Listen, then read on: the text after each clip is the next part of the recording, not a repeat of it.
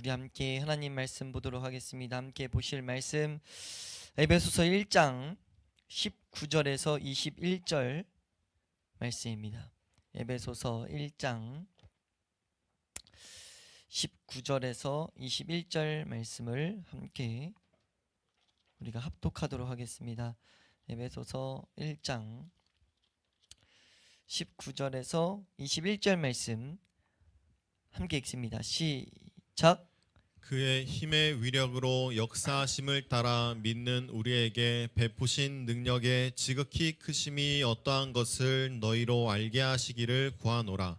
그의 능력이 그리스도 안에서 역사하사 죽은 자들 가운데서 다시 살리시고 하늘에서 자기의 오른편에 앉히사 모든 통치와 권세와 능력과 주권과 이 세상뿐 아니라 오는 세상에 일컫는 모든 이름 위에 뛰어나게 하시고. 아멘. 우리가 계속해서 지금 에베소서에서 특별히 바울이 에베소 교회를 향한 간구, 바울이 에베소 교회를 향해서 기도하는 내용들을 우리가 함께 살펴보고 있습니다. 이것을 우리가 이렇게까지 자세히 살펴보는 이유는 다른 것이 아니라 이 바울의 마음이 무엇이었냐라는 것. 바울은 성도들이 전 존재를 가지고 이제 하나님을 찾기를 바라고 계셨다는 거예요. 전 존재를 다해서. 왜 그런 기도, 그런 마음을 갖게 되었는가라고 했을 때 하나님을 찾는 것, 그리고 하나님을 아는 것, 이 아는 지식이 그리스도인들을 자라게 한다는 것을 바울은 경험했기 때문입니다.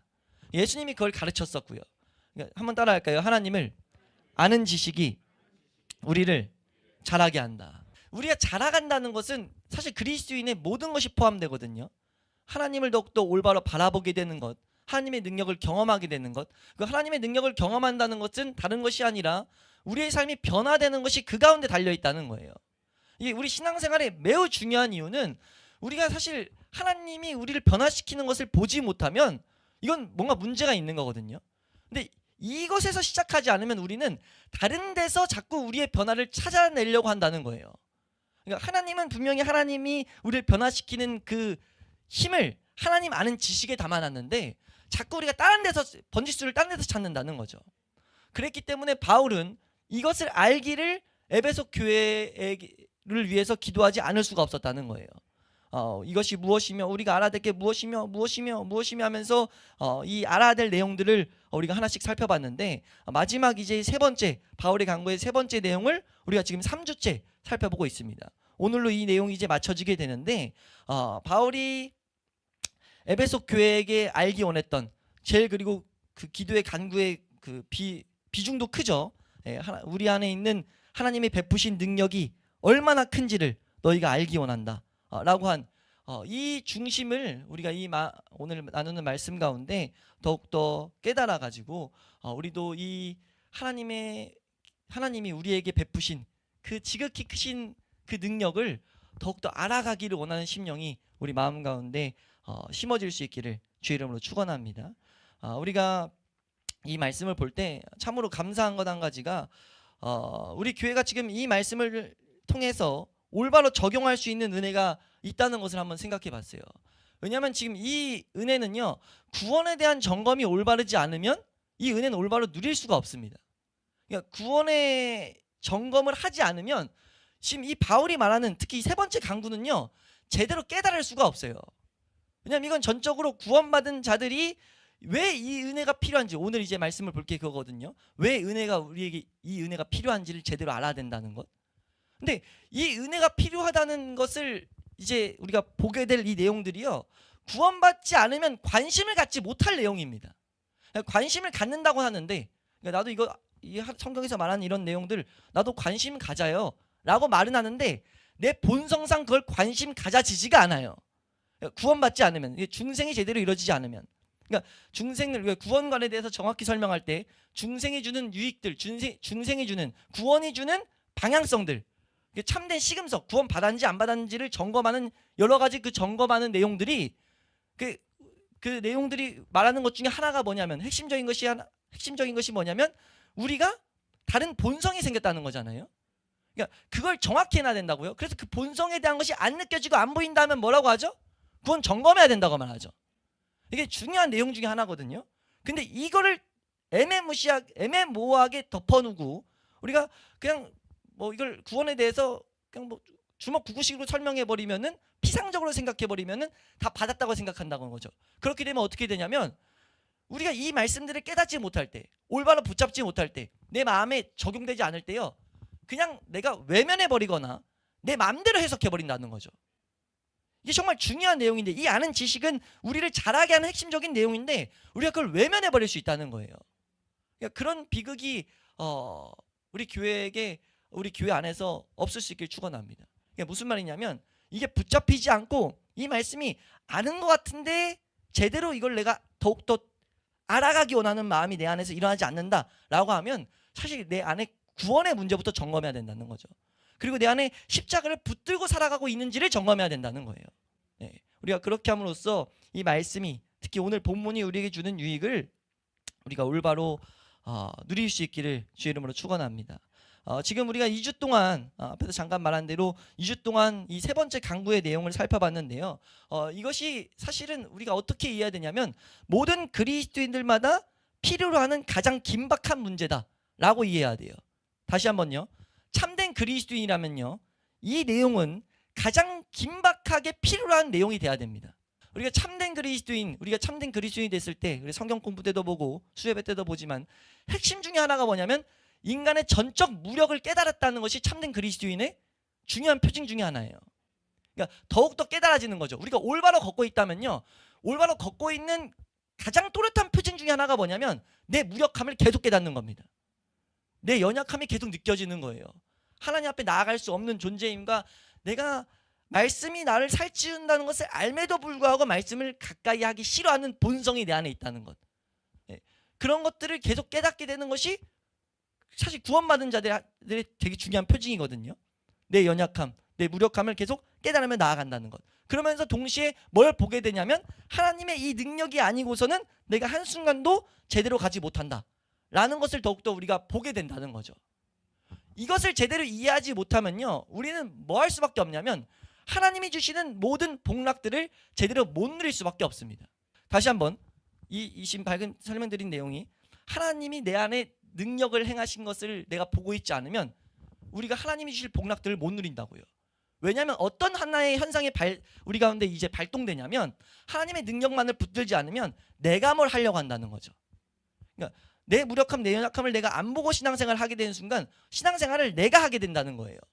그렇게 되는 순간 하나님은요, 그 방법 자체를 그렇게 말씀하신 적이 없기 때문에 바울이 그걸 잘 정의 내리죠. 바울은 이걸 너무 잘 깨달았어요.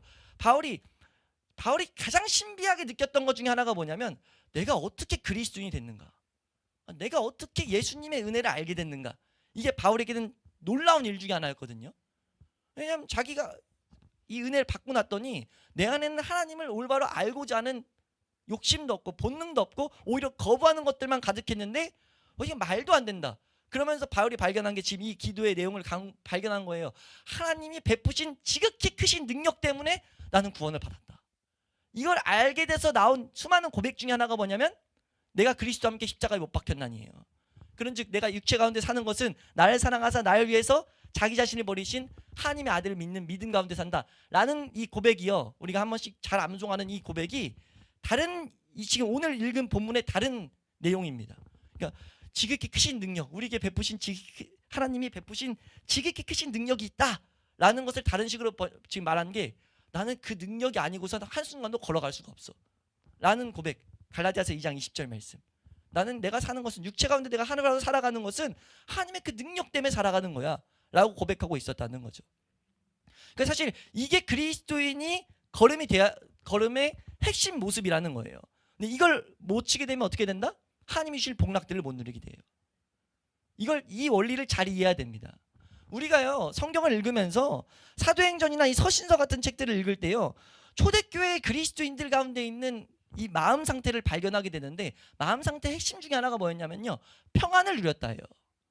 이 세상을 살아갈 때 하나님 주시는 평안을 누렸다. 하나님이 주시는 기쁨을 가지고 있었다. 이것을 우리가 정확히 보면서 한 가지 의문을 가져야 됩니다. 어떤 의문이냐? 나는 왜 이 기쁨을 못 누리고 있는가? 내가 하나님을 믿는다고 하나님을 쫓는다고 하면서 나는 왜 이 평안을 못 누리고 있는가? 이 의문을 마땅히 가져야 돼요. 왜냐하면 성경은 이걸 증거하고 있거든요. 예수 그리스도가 오심으로 모든 예수 그리스도를 올바로 따라가는 자들은 이 평강을 가질 것이고 기쁨이 나타나는 것은 당연한 일이다. 한순간만 기쁜 게 아니고요. 그냥 항상 기뻐해요. 그래서 빌립보서의 큰 주제 중에 하나가 뭐냐면 너희는 항상 기뻐해라. 우리에게 말하는 명령하는 바가 그거거든요. 빌립보서 4장 4절 말씀 한번 읽어보시면 빌립보서의 중요한 주제 중에 하나입니다. 빌립보서 4장 4절 말씀 함께 읽습니다. 시작. 주 안에서 항상 기뻐하라. 내가 다시 말하노니 기뻐하라. 네, 지금 이 내용은요 단순히 빌립보 교회에게만 말한 게 아니라 신약 시대의 신약 서신에 깔려 있는 하나의 베이스예요. 베이스. 예수 그리스도 알게 된 너희는 항상 기뻐할 수 있어. 왜? 주 안에 있으니까. 주 안에 있는 너희들은 항상 기뻐할 수밖에 없어 라는 걸 가르치고 있다는 거죠. 바울이 말하는 거예요. 내게 능력 주신 자 안에서 우리 모든 거 할 수 있어. 여기서 모든 걸 할 수 있다는 건 이 세상 일들을 정복한다는 의미가 아니죠. 어떠한 상황에서도요 그리스도인으로 살아갈 수 있다는 거예요. 이게 어떻게 가능합니까? 내 안에 베푸신 그 하나님의 크신 능력을 제대로 깨달을 때야만이 가능합니다. 그래서 이걸 우린 제대로 알아야 된다는 거예요. 하나님이 베푸신 그 지극히 크신 능력을 우린 제대로 알아야 된다는 거죠. 제대로 붙들고 살아가야 된다는 거예요. 이걸 바울이 고백한 이유를 우린 정확히 봐야 된다고 2번의 시간 동안 계속 말씀드렸습니다. 그 이유는 뭐예요? 계속해서 내가 이거를 안 보는 심령이 있고 거부하는 심령이 있다는 거죠. 우린 이 능력을 우리에게 구원 가운데 베푸신 그 지극히 크신 능력을 제대로 우린 계속 인식해야 된다는 거예요. 이것을 인식하지 않으면 그것은 기쁨을 빼앗을 뿐만 아니라 그리스도인이 됐다는 것에 대한 놀라움도 의식할 수 없게 만든다는 거예요. 우리가 그것을 알아서 우리가 이 지극히 크신 능력을 제대로 이해하면서 우리가 이걸 만약 이 바울의 말씀 바울이 기도했던 이 내용 2주 동안 살펴본 내용들을요 자세히 살펴볼 때 우리가 자세히 묵상할 때요 뭘 발견할 수밖에 없냐면 내 안에 이뤄진 구원이 기이하게 여겨질 수밖에 없어요. 갈수록 정말 놀랍게 여겨질 수밖에 없죠. 구원받은 자들은 이걸 놀랍게 여겨질 수밖에 없고 구원을 향해 나아가는 자들은 이게 진짜 하나님의 능력으로만 되는구나 라는 것을 제대로 할 수밖에 없어요. 우리는 이것을 제대로 할 수 있기를 주의 이름으로 축원합니다. 우리 빌립보서 2장 15절 말씀 보면요. 빌립보서 2장 15절 말씀 빌립보서 2장 15절 함께 읽습니다. 시작. 이는 너희가 흠이 없고 순전하여 어그러지고 거스르는 세대 가운데서 하나님의 흠없는 자녀로 세상에서 그들 가운데 빛들로 나타내며. 네, 지금 여기서 바울이 빌립보 교회에 이런 말을 해요. 너희가 흠없고 순전하여 이 어그러지고 거스르는 세대 가운데서 하나님의 흠없는 자녀로 세상에서 그들 가운데 빛으로 나타나기를 원한다 라고 말하고 있어요. 근데 이게 사실 우리 가운데 추구가 되고 소원이 됩니까? 왜 추구 안 되는가? 둘 중에 하나예요. 내가 아직 그리스도인이 아니던가 아니면 그리스도인이 되는 은혜를 받았음에도 불구하고 이 하나님의 능력을 계속해서 알고 있지 않던가. 우리가 이것을 제대로 바라봄으로써 오늘 이 시간은 무엇을 우리가 살펴보냐면 이 능력이 왜 그렇게 우리가 계속해서 생각해야 되는가? 왜 이 하나님께서 베푸신 이 능력을 그렇게 알아가야만 하는가? 이 내용을 두 가지 측면에서 우리가 함께 살펴보도록 하겠습니다. 한 가지는요 소극적인 측면에서 우리가 뭘 하지 않는 측면에서 반드시 이건 알아야 될 필요성을 몇 가지 살펴보고 하나는 적극적인 측면에서 우리가 왜 이 능력을 그렇게 알아가야 되는가? 이 능력을 아는 것이 왜 그렇게 중요한 것인가에 대해서 우리가 살펴보도록 하겠습니다. 우리가 먼저 소극적인 측면에서 이 하나님의 베푸신 능력을 왜 그렇게만 알아가야 하는가? 그 핵심은 무엇이냐면요. 이 능력을 인식해야 되는 것이 우리의 삶은요. 우리를 대적하는 대적의 세력이 함께하고 있기 때문입니다. 이 세력이 틀을 가지고 우리의 삶을 짜놨기 때문이에요. 이 세상은요. 우리를 대적하는 세력이 틀을 짜놨다고요. 대적하는 세력을 다른 말로 마귀라고 하죠. 우리가 마귀에 대해서도 좀 이따 잠깐 보겠지만 그 마귀라는 세력이 판을 짜놨어요. 어떻게 판을 짜놨냐? 계속해서 그리스도인이 하나님을 못 누리게끔 아까 잠깐 읽었던 말씀 어그러지고 거스르는 세대 가운데 흠이 없고 순전하게 살아가지 못하게 한다고요. 이 세상이 끊임없이 그렇게 말하고 있다는 거예요. 우리 요한일서 2장 15절 16절 말씀 보시면요. 요한일서 2장 15, 16절 말씀 함께 보도록 하겠습니다. 함께 읽습니다. 시작. 이 세상이나 세상에 있는 것들을 사랑하지 말라. 누구든지 세상을 사랑하면 아버지의 사랑이 그 안에 있지 아니하니 이는 세상에 있는 모든 것이 육신의 정욕과 안목의 정욕과 이생의 자랑이니 다 아버지께로부터 온 것이 아니요 세상으로부터 온 것이라. 네, 지금 여기서 말씀하는 게 여기서 증거하는 게 뭡니까? 이 세상에 있는 모든 것들이 지금 육신의 정욕과 안목의 정욕과 이생의 자랑이라는 것으로 틀이 딱 짜여 있다는 거예요. 그러니까 이 세상은요, 우리로 하여금 이것을 추구하게 만듭니다. 육신의 정욕대로 살아가게 만든다던가, 안목의 정욕대로 살아가게 만든다던가, 자랑하게 하기 위해서 살아가게 만들어요. 이 세상의 사람들의 인생을 보자고요. 딱 보면 이 세 가지 안에 딱 들어갑니다. 육신의 정욕, 육신이 원하는 것을 향해 나아가던가, 보기에 원하는 것, 내가 생각으로 원하는 것을 향해 나아가던가, 아니면 사람들한테 자랑하려고 하던가. 이 세 가지의 틀이 있고요. 세상이 그걸 계속해서 요구하도록 그런 구조를 만들어 놨어요. 네? 사방에서 만나는 세상적인 것만큼 우리 영혼에 사실 위험한 건 없습니다. 이 세상이 끊임없이 교활하게 뭐하게 하냐면요, 이 세 가지를 추구하게 만들어요. 그러니까 이걸 가지고 많은 수많은 목회자들이 어떤 말을 하냐면요, 이건 너무 공감이 돼서 하나 이게 그대로 한 말씀드리면, 아침 신문, 그러니까 목회자의 말이 어떤 우리 믿음의 선배들, 이 말씀대로 걸어가는 믿음의 선배 중에 한 분은요, 신문들을 보면서 와, 이 세상 진짜 교활하다라는 걸 너무 느꼈다는 거예요. 왜냐하면 신문이 정말 사실 중요한 좋은 우리에게 영향을 주잖아요. 세상의 국제적인 거 혹은 국내적인 중요한 문제들, 우리가 알아야 될 내용들, 그런 것들을 이제 정보들을 준단 말이에요. 근데 그걸 주는데 그것만을 주지 않는다는 거죠. 그 신문을 보면 그 중간중간 뭐가 나와요? 우리로 하여금 우리의 눈을 끼어나가는 이 세 가지, 안목의 정욕, 육신의 정욕, 이 이생의 자랑을 하게끔 만드는 이 내용들, 그러니까 다른 말로 하나님의 계명을 반대하게 만드는 것들을 추구하게 만드는 것을 교묘하게 이렇게 넣는다는 거죠. 광고들, 그 다른 이런 요즘 인터넷 뉴스를 보면 더 심하거든요. 인터넷 뉴스는 우리가 진짜 애들이 핸드폰을 해야 되는 게, 뉴스를 딱 해놓으면 이 안에 그러니까 뭐래요? 보지 않아도 될 뉴스들을 막 같이 연관으로 해가지고 같이 보여준다고요. 그래가지고 우리로 하여금 뭐 하게 되냐면, 뭐 누가 연예인이 뭐 돈을 얼마나 벌었대, 그거 우리가 알아서 뭐해요? 우리가 알아가지고 누구는 몇십억을 가지고 뭐 집을 재테크를 이렇게 했대.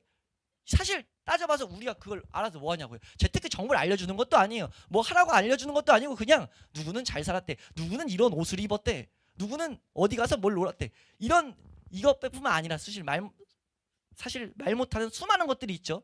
이런 것들로 하는 건 뭘 하게 하냐면, 우리 가운데 교묘하게 우리 영혼에 이런 것들이 좋은 거야, 이런 것들을 향해 가야 돼, 이런 것들이 정말 자랑할 만한 것들이야, 이런 것들을 심어놓는다는 거예요. 그래가지고 우리가 이생의 자랑, 우리가 육신의 정욕, 안목의 정욕을 향해 가도록 계속 만든다는 거죠. 이게 뭐예요? 세상이 만든 틀입니다. 이것 때문에 우리는요, 하나님의 능력이 아니고선요, 한순간도 아까 마지막으로 읽었던 이 거스르고 어그러진 세상 가운데 순전하고 흠없게 살아갈 수가 없어요. 근데 하나님은 요구하시거든요. 우리 그리스도인들은 당연히 그렇게 살아감으로써 그 가운데 평안을 누리게 되고 그 가운데 기쁨을 누려요. 그러니까 하나님 말씀대로 갈 때 우리는 평안과 기쁨을 누리는 거예요. 근데 그렇지 않으니까 내가 이 안목의 정욕, 이 육신의 정욕, 이생의 자랑과 싸울 생각을 안 하니까, 그러니까 우리는 사실은 하나님이 주시는 평강과 우리가 기쁨을 못 누리는 거거든요. 근데 거기서 안 찾고 뭐 합니까? 뭐 교회에서 기도가 부족했니? 우리가 뭐 어떤 다른 은혜가 부족했니? 이런 말을 하게 만드는 거예요. 이게 마귀가 교회 안에 집어넣은 정말 치명적인 거짓 가르침입니다. 하나님은 말씀하는 거예요. 바울은 말하는 거죠. 너희 안에 우리가 2주 동안 살펴봤죠. 이 베푸신 은혜가 얼마나 큰지를 알게 하기 위해서 지극히 크신, 이걸 계속 강조하고 있다고요. 이걸 우리가 알게 될 때 우리는 정말 더 구할 게 없다는 것을 알게 된다. 우리가 단지 근데 은혜를 구하는 이유가 뭐예요? 깨달을 수 있는 은혜를 구하는 거예요. 말씀에만 시선을 두게 할 수 있는 은혜가 필요한 거죠. 우리 안에 이미 살아갈 수 있는 능력의 은혜는 다 담겨 있다고요. 우리 고린도 전서라는 성경에서도 말하잖아요. 예수 그리스도의 십자가의 도 안에는 뭐가 담겨 있다? 하나님의 모든 능력과 모든 지혜가 담겨 있다. 왜 우리가 그런 말씀을 그대로 신뢰하지 못하냐는 거예요. 우리가 뭔가 우리가 방금 말씀드렸던 이런 내용을 토대로 다른 신앙생활을 해야 되기 때문에 그런 말씀들을 외면할 수밖에 없다는 거죠. 근데 우리는 말씀대로 정확하게 우리의 신앙을 걸어가야 될 줄로 믿습니다. 예, 사도는 지금 이런 걸 가지고 지금 이런 매력적이고 선정적인 모양을 한 이런 책들과 영화 같은 데서 이 유해한 영향들을 끼치는 걸 보고 지금 이 생의 자랑, 이 세상의 육신의 정욕, 안목의 정욕이 우리 이 세상 모든 것을 구성하고 있다라고 말하고 있다는 거예요. 예? 어떤 목회자가 또 이런 진단을 해요. 소위 사회생활이라고 불리는 모든 것들, 사회생활하는 모든 것들, 이것이 계층을 자랑하고 사회 계급을 자랑하고 외모를 뽐내고 거칠애를 자랑하는 것, 이것이 사회생활이다 라고 말해요. 그 목회자가 이제 목회를 마무리하면서 성도들이 왜 이렇게 넘어지나를 봤더니 사회생활 한다고 말하면서 그들이 말하는 사회생활을 뜯어봤더니 결국 자랑이었다.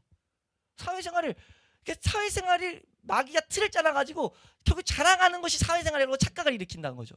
우린 정확하게 이 그리스도인은 정확하게 인생에 대해서 생각해야 될 줄로 믿습니다.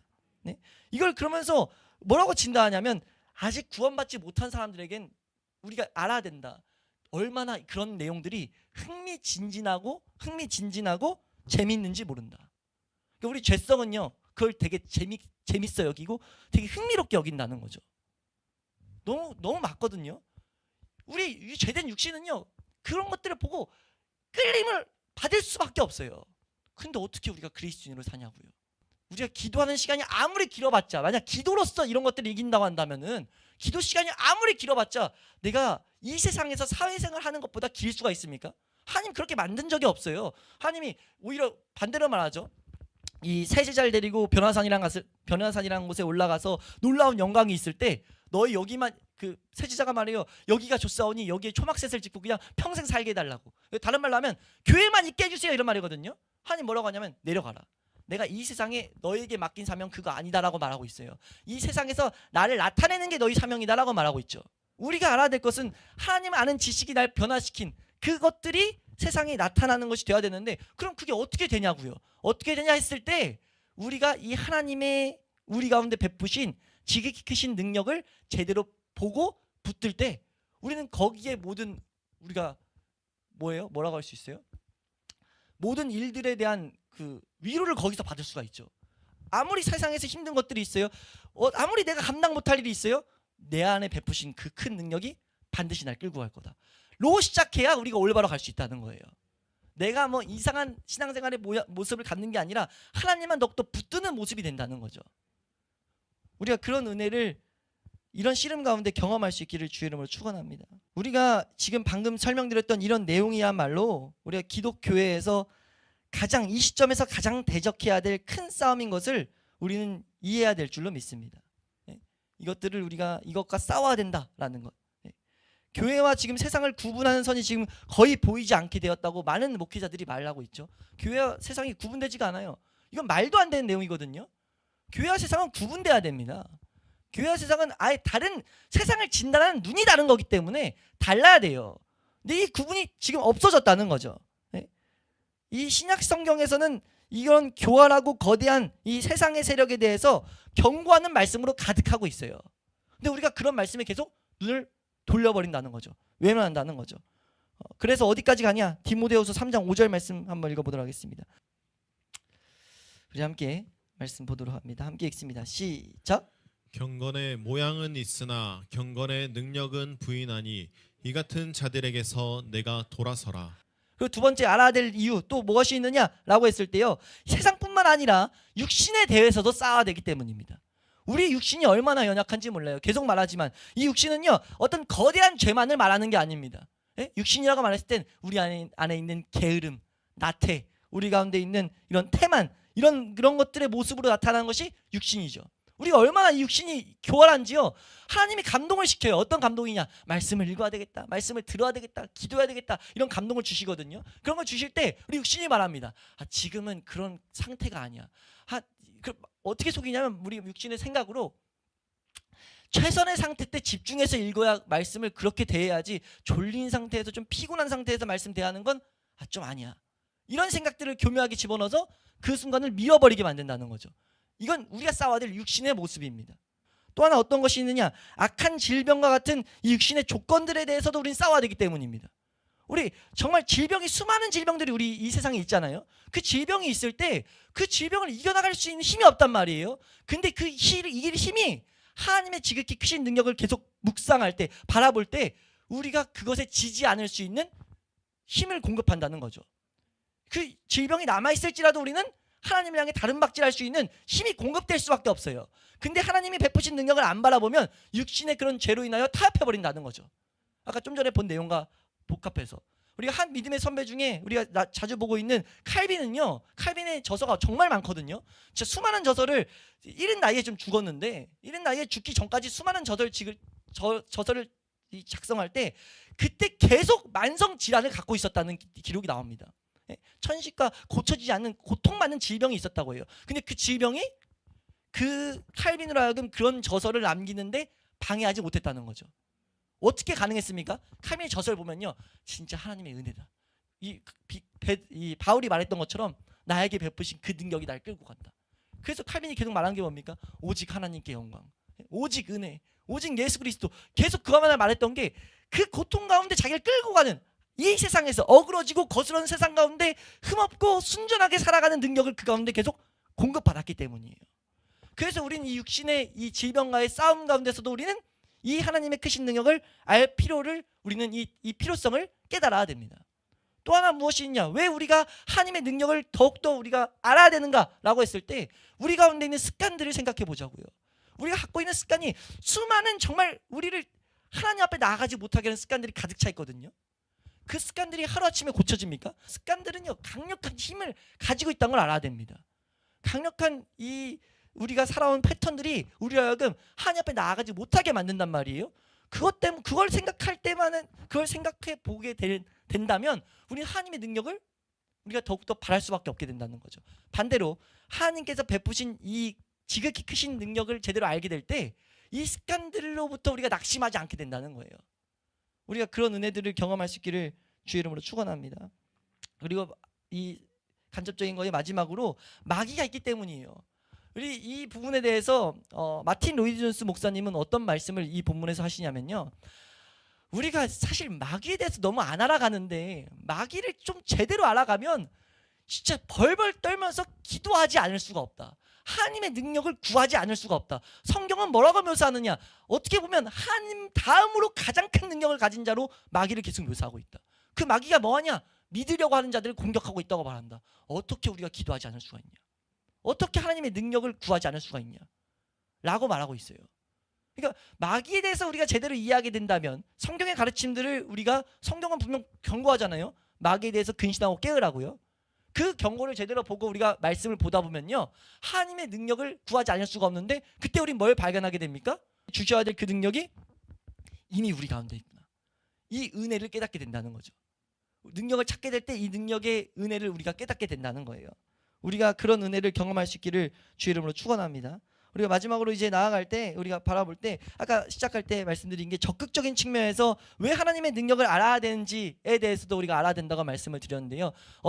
우리가 뭔가 적극적인, 뭔가 해야 되는 측면에서 성경은 우리에게 뭘 요구하냐면요, 그리스도인들이 하나님 말씀을 지키며 살라고 요구해요. 그러니까 그리스도인은 하나님의 말씀을 지키는 자들이 되어야 됩니다. 근데 이걸 마귀가 교묘하게 뭐 했냐면 율법주의라 해가지고 말씀 지키는 거는 이렇게 무율법주의로 만들어버렸어요. 근데 그게 아닙니다. 그리스도인은 말씀을 지켜야 돼요. 우리가 아침마다 예배 시작마다 십계명을 낭독하는 이유가 뭐가 있냐면요, 예배 전에 읽는 이유는 우리가 이 말씀대로 살지 못해서 은혜가 필요하다는 거예요. 하나님 은혜 주세요. 그럼 그 은혜가 뭐겠습니까? 이 말씀대로 살 수 있는 은혜예요.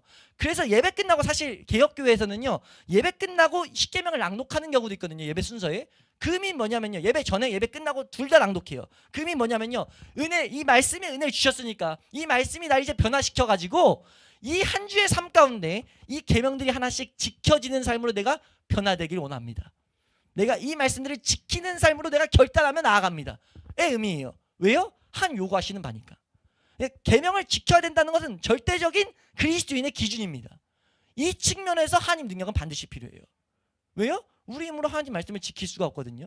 근데 구원관이 올바라졌을 때, 하나님의 능력이 우리 가운데 있다는 것을 올바로 바라봤을 때요, 우린 변화될 수밖에 없다는 확신 가운데 걸어가게 돼요. 그러니까 이 은혜, 올바른 은혜의 길을 걸어갈 때 아무리 넘어져도 우린 뭐 하게 됩니까? 베푸신 지극히 크신 능력이 내 안에 있다는 걸 알게 되면 낙심하지 않죠. 오히려 뭐라고 하죠? 하나님, 이 능력에 날 더욱더 내가 내 삶을 내어드리게 하나님 그런 내어드릴 수 있는 은혜를 주시옵소서. 다른 말로 뭡니까? 나는 죽고 예수로 살게 해달라고. 그러니까 내가 그리스도와 함께 십자가에 못 박혔다는 것을 내가 제대로 계속 바라보게 해달라고. 못 박혔는데 자꾸 내가 내 육신이 바득바득 살아가지고 계속 낙심하게끔 하나님 말씀으로 살지 못하게 넘어지는데 하나님의 능력에 내가 사로잡히기 원한다. 이 구원에 내가 사로잡히기 원한다.